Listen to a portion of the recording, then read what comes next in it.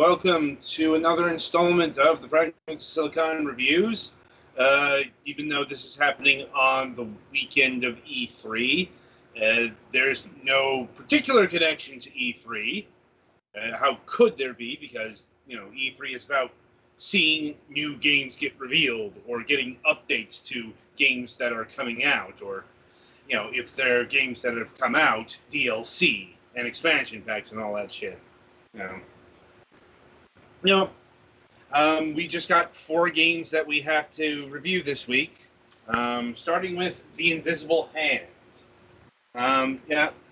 So as you might be able to figure out, The Invisible Hand is about the stock markets. This is a narrative stock market adventure, I'd say.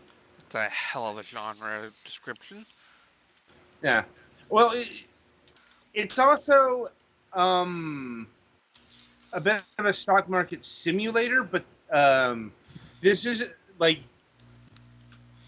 it's a critique on. It's not in the stock market simulator genre, which there are. Right. It's not a objective look at buying and selling stocks.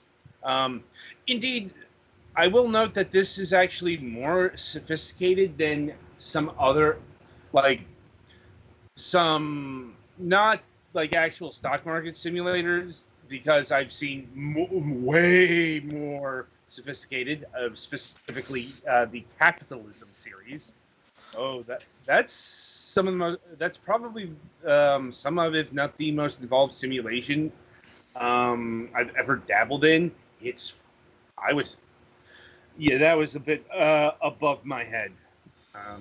Granted, we're talking like the mid '90s when that came out, and I was much younger. Anyway, as far as this game, this does go into the very basics. Sell low, buy low, sell high. But a good example of what's introduced early is you can short sell, which I don't see too often. And that is apparently important to how the stock market goes, as anyone who's paying attention to the news a few months ago might. Yeah, hell, it's still going on, by the way. Mm-hmm. That never stopped. It's just, news organizations lose interest in things that keep going on. Mm-hmm. AMC is still a meme stock. It's just, it's kind of been normalized. But my point is, yeah, there's more going on here than just engaging in selling low and all that. And indeed, another component that is essential is when to sell. You're in a brokerage firm. You are on the clock. Accelerated or decelerated. This also has this weird mechanic where different drinks will do different things. It's supposed to be a perception of time thing, but if you drink coffee, time speeds up. If you drink tea, time slows down. And indeed, that's probably why this game was structured the way it is. Or, it's a bit more advanced than you'd expect, because you can actually walk around the brokerage firm.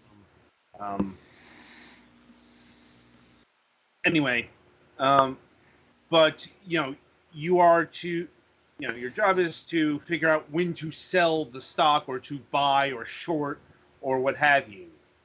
And you do that in the real world by assessing information, publicly available information. But I'll lay this card down. Usually publicly available, unless someone is committing the totally unheard of and not fucking happens every day crime of insider trading. Yeah, I mean, my problem here is this thing starts out with insider trading when you're a fucking rookie ass stock trader. Like day one, you're just flat out given insider information. And like, here's the thing. This is like textbook illegal insider trading shit. And, how do I put this? A fucking, fresh-faced junior league stockbroker, it's not getting away with shit. It's like how people get away with this shit. They're higher on the food chain.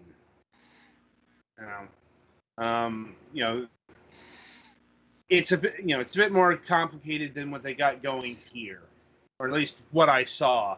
I'll admit I didn't get too far in this game, like the third or fourth day, and that's up to the fact that this game is one of those fucking unoptimized Unity engine games. I'm like, we've had them on the show before. It's actually been a while since I've encountered a Unity game that was this shit in terms of performance. And I know it's unoptimized because looking at the actual game, yeah, it's a bit more advanced than other stock simulators and shit like that I played, but it's not a graphically intensive game. The assets are pretty, they're probably stock assets, if I'm being honest here. As this mattered less than the graphics mattered less than the story, the narrative, the critiques it's making. Mm-hmm. Unfortunately, I didn't get to experience that because I couldn't deal with the goddamn 10-minute load times. I will give this thing marks for never crashing on me, but load times that take a YouTube video to watch. No. It's like that usually means that if you have a beefy enough system, you can usually brute force past those problems. But these are problems that shouldn't exist in the first place. So, yeah. So I wish I could judge this thing more on its merits. But when we get technical problems of this magnitude, those are front and center. And as such, this is an automatic thumbs down. Indeed, this is probably going to end up on the worst of list. Just because it, the devs didn't focus on, polishing this to a state where it's acceptable.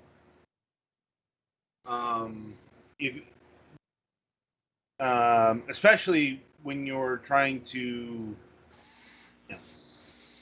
send a message. Like, let's see. That being said, I really like the music. Bit of a weird genre, but not unfitting. Like it's got this big band jazz soundtrack to it. Like I said, it was a lot better than I was expecting, quite frankly. But yeah, I wanted to see more of what this game had to offer, but yeah.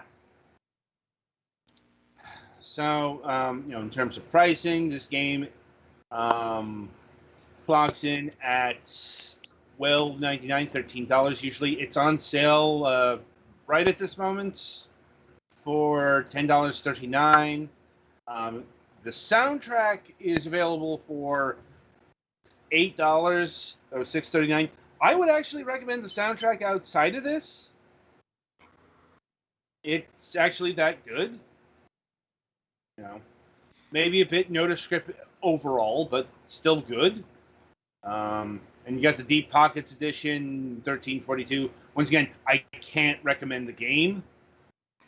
Just, it's a technical mess, and it has no reason to be a technical mess. It's like, and, you know, as I said, I know an unoptimized Unity game when I played it. This is one of them. You just, you get to know certain things when you've covered enough games. Because it's like, once again, it comes down to, you know, there's no reason for a game that looks like it, you know, that wouldn't be taxing to systems from, say, 20 years ago. And, you know, you get shit load times. Now, that means, and, you know, this is a problem with a lot of Unity games out there. They can have really shit load times. Not the first game I've encountered with this. Hopefully it'll be a long while until we see this again. So, yeah. Once again, not recommended unless, I guess, you have maybe powerful enough system to handle it. Even then, like, I really don't like recommending the brute force solution to overcoming Unity problems. You know, because, you know, that's still ultimately, you know, the devs did a poor job in an aspect that, you know, clearly wasn't a focus for them, but should have been. And yeah, that's about it for me and the Invisible Hand. Yeah. Be sure to tune in after the break, as Petty Fan will be reviewing Ravensword Shadowlands.